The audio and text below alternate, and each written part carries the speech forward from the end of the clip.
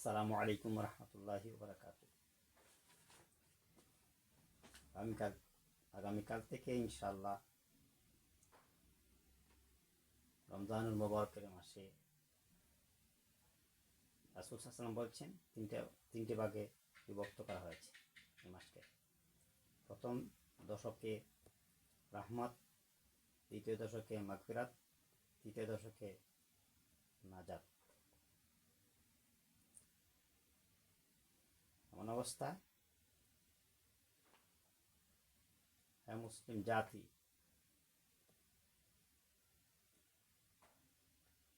ومن أعظم فضائل هذا الشهر ليلة القدر وهي ليلة عظيمة وليلة مباركة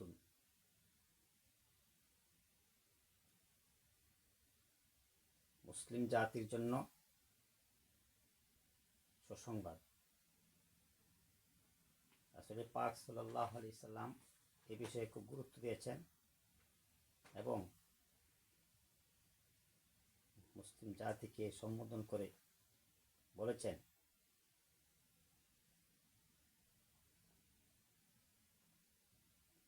হে মুসলিম জাতি, আমার মুসলিম জাতি, নবীজি বলছেন এই মাসে সবচেয়ে বড় ফজিলতপূর্ণ রাত হলো লাইলাতুল কদর। ومن أعظم فضائل هذا الشهر ليلة القدر وهي ليلة مباركة وهي ليلة عظيمة ليلة مباركة। রমজান মাস, রমজানের শুরু, এই যে রমজান মাস, এই মাসের সবচেয়ে বড় ফজিলতপূর্ণ রাত হলো লাইলাতুল কদর। আল্লাহ সুবহানাহু ওয়া তাআলা বলেছেন, ইন্না আনজালনাহু ফি লাইলাতিল কদরি ওয়া মা আদরাকা মা লাইলাতুল কদরি ইলা আখিরিল আয়া। লাইলাতুল কদরি খায়রুম মিন আলফি শাহরি। নিশ্চয় আমি কোরআন নাযিল করেছি কদরের রাত্রিতে। তুমি কি, নবীজিকে বলছেন, তুমি কি জানো কদরের রাত কি? আবার আল্লাহ উত্তর দিয়েছেন, কদরের রাত হলো অন্য মাসের হাজার মাসের চেয়ে উত্তম সূরা কদর। তাই এই বিষয়ে রাসূল পাক সাল্লাল্লাহু আলাইহি ওয়াসাল্লাম বলেছেন, قال النبي صلى الله عليه وسلم من قام ليلة القدر إيمانا واحتسابا غفر له ما تقدم من ذنبه। বুখারী এবং মুসলিম। নবীজি সাল্লাল্লাহু আলাইহি ওয়াসাল্লাম বলেছেন, যে ব্যক্তি ঈমানের সাথে সওয়াবের আশায় লাইলাতুল কদরের ইবাদত করবে, তার পূর্বের গুনাহ, সকল গুনাহ ক্ষমা করে দেয়, আল্লাহ তাআলা ক্ষমা করে দেবেন, ক্ষমা করা হয়।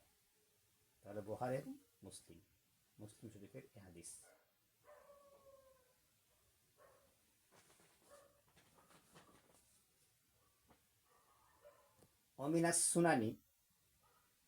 ومن السنن العظيمة في هذا الشهر الاعتكاف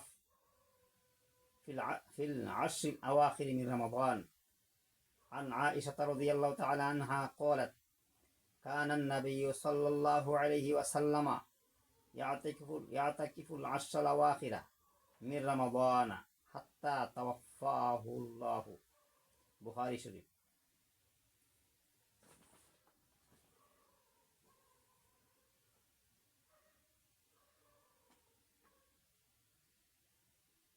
এই মাসে একটি গুরুত্বপূর্ণ সুন্নত হলো, সুন্নতগুলোর মধ্যে একটি গুরুত্বপূর্ণ সুন্নত হলো ইতিকাফ। আম্মাজান আয়েশা রাদিয়াল্লাহু তাআলা আনহা থেকে বর্ণিত, তিনি বলেছেন, রাসূল সাল্লাল্লাহু আলাইহি ওয়াসাল্লাম রমজানের শেষ দশকে ইতিকাফ, অর্থাৎ রমজানের শেষ 10 দিন ইতিকাফ করতেন, যতদিন না আল্লাহ তাকে মৃত্যুদান করেছেন। বুখারী শরীফের হাদিস। অর্থাৎ নবীজি সাল্লাল্লাহু আলাইহি সাল্লাম মৃত্যুর আগ পর্যন্ত তিনি রমজান মাসের শেষ 10 দিন এতেকাফ করেছেন। আর এতেকাফ কি? এতেকাফ হলো আমরা যাকে বলি এতেকাফ। এতেকাফ আল এতেকাফু ফুরসাতুন আজিমাতুন লিত্তাকাররুবি ইলাল্লাহি ওয়াল ইনকিতাউ মিনাদ দুনিয়া লিত্তাকাররুবি ইলাল্লাহি ওয়াল ইনকিতাউ মিনাদ দুনিয়া ওয়াল ইকবালু আলা আত-তাআতি ওয়াজ যিকরি ওয়াদ দুআই। আর মূলত এতেকাফ হলো দুনিয়ার কাছ থেকে নিজেকে আলাদা করে মসজিদে থেকে আল্লাহর ইবাদতে মগ্ন থাকা, আল্লাহর ইবাদতে মগ্ন থাকা, এই হচ্ছে এতেকাফ। আর আমরা কি বুঝলাম? এতেকাফ আসলে এতেকাফ ফুরসাতুন আজিমাতুন, এতেকাফ হচ্ছে একটি সুবর্ণ সুযোগ মুসলিম জাতির জন্য। যাতে কি বল আশরাল আওয়াখিরা মিন রমাদানা, নবীজির হাদিস আমাদের আয়েশা রাদিয়াল্লাহু তাআলা আনহা তিনি বলছেন এই রমজানের শেষ দশক হচ্ছে এতেকাফ। কেননা নবীজি সাল্লাল্লাহু আলাইহি সাল্লাম মৃত্যুর আগ পর্যন্ত রমজানের শেষ দশকে তিনি এতেকাফ করেছেন। আর মৌলিকভাবে এতেকাফ হচ্ছে কি ফুরসাতুন আজিমাতুন, একটি সুবর্ণ সুযোগ, সুবর্ণ সময় লিত্তাকাররুবি ইলাল্লাহি ওয়াল ইনকিতাউ মিনাদ দুনিয়া, দুনিয়ার সকল কাজকর্ম থেকে নিজেকে আলাদা করে মসজিদে আল্লাহর ইবাদতে নিমগ্ন হওয়া, মনোযোগ হওয়া, এটা হচ্ছে এতেকাফ।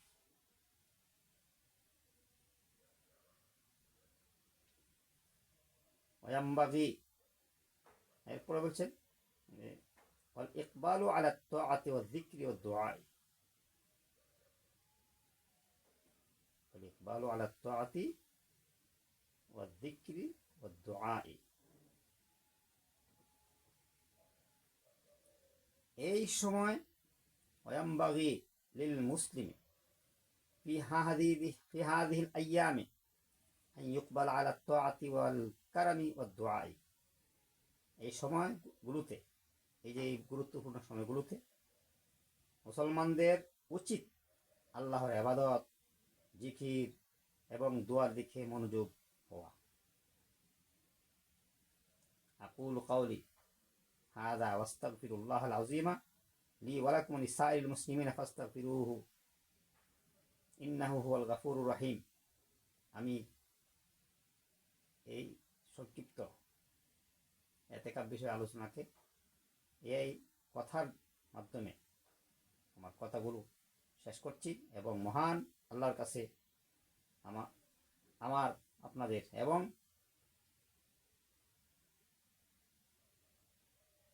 সমস্ত মুসলমানদের জন্য ক্ষমা প্রার্থনা করছি। অতএব আপনারাও তার কাছে, আল্লাহর কাছে ক্ষমা প্রার্থনা করুন। নিশ্চয় তিনি পরম ক্ষমাশীল, অসীম দয়ালু। এতেকাফ যে বিষয়ে আলোচনা করলাম গুরুত্বপূর্ণ বিষয়, তাই আসুন, রাসূল পাক সাল্লাল্লাহু আলাইহি ওয়াসাল্লাম বলছেন যারা এতেকাফ করে তারা কদর পায়। এতেকাফে বসে কেউ যদি নিশ্চুপ থাকে, নীরব থাকে, তারপরও আল্লাহ তাআলা তার জন্য নেক আমলে লেখা হয়। সেই হিসাবে সর্বক্ষণই তার আমল নামায় নেক আমল লেখা হয় এবং যতক্ষণ পর্যন্ত মসজিদে থাকে আর আল্লাহ মগ্ন হয়ে থাকে তখন তার গুনাহ মাফ করা হয়। তাই আসুন আমরা আগামীকাল থেকে ইনশাআল্লাহ এতেকাফ গুরুত্ব সহকারে আদায় করব। আল্লাহ আমাদের সকলকে তাওফিক দান করুন, আমিন। আর অনেকে আছে আমরা এটা আল্লাহর জন্য পাগল করা হওয়া, সেই হিসাবে অনেকে আছে এই এতেকাফে বসার পরে নিজের শরীরকে সুস্থ রাখার জন্য অনেকেই সাবান, পাউডার ইত্যাদি দিয়ে শরীরকে খুব স্মার্ট করতে চায়, সুন্দর করতে চায়। মূলত গোসল করবে একমাত্র আমরা স্বাভাবিক যে সুন্নতি গোসল করি, স্বাভাবিক গোসলটা আসলে শরীয়ত সম্মত নয়। সেই হিসাবে আমরা যদি গোসল যারা প্রতিদিন অভ্যাস থাকি, এই অভ্যাস ছেড়ে দিতে হবে যদি পরিপূর্ণ এতেকাফের সওয়াব পাইতে হয়। এইভাবে স্বাভাবিক যে গোসল আছে, এই গোসলের কোনো হুকুম নেই। সুতরাং একটা এরা যদিও আছে যারা প্রস্রাব পায়খানা বা জরুরতে যায়, এই ওযু করার সময় অতি তাড়াতাড়ি করে যদি একটু পানি শুলে দিতে পারে, এরকম একটা রেওয়ায়ত আছে। এটা তো অল্প সময়, বর্তমান আমাদের যে যুগ, অল্প সময় এই পানিটা দিয়ে আমরা তাড়াহুড়া করে আসাটা এটা কঠিন হয়ে দাঁড়ায়। এতেকাফের যে মূল হুকুম, সেই হুকুমটার ব্যাঘাত ঘটে। তাই আসুন আমরা 10 দিন থাকবো ইনশাআল্লাহ। যদি কারো শারীরিকভাবে সমস্যা হয়, মাথা ধুয়ে নিব, মসজিদ থেকে এই একটু পানি এনে মাথা ধুয়ে নিব, মাথা মুছে তেল দিব, হ্যাঁ, তখন এই মাথা ভালো থাকবে। আর শারীরিকভাবে সমস্যা দেখা দিলে এই গামছা ভিজিয়ে আমরা শরীরটা মুছে নিব, কিন্তু সরাসরিভাবে আমরা গোসল করব না। যদি কেউ গোসলের জন্য, এই স্বাভাবিক গোসলের জন্য মসজিদ থেকে বের হয়, তাহলে এতেকাফ নষ্ট হয়ে যাবে। আল্লাহ আমাদের সকলকে পরিপূর্ণভাবে এতেকাফ করার তৌফিক দান করুন। আমিন। আসসালামু আলাইকুম।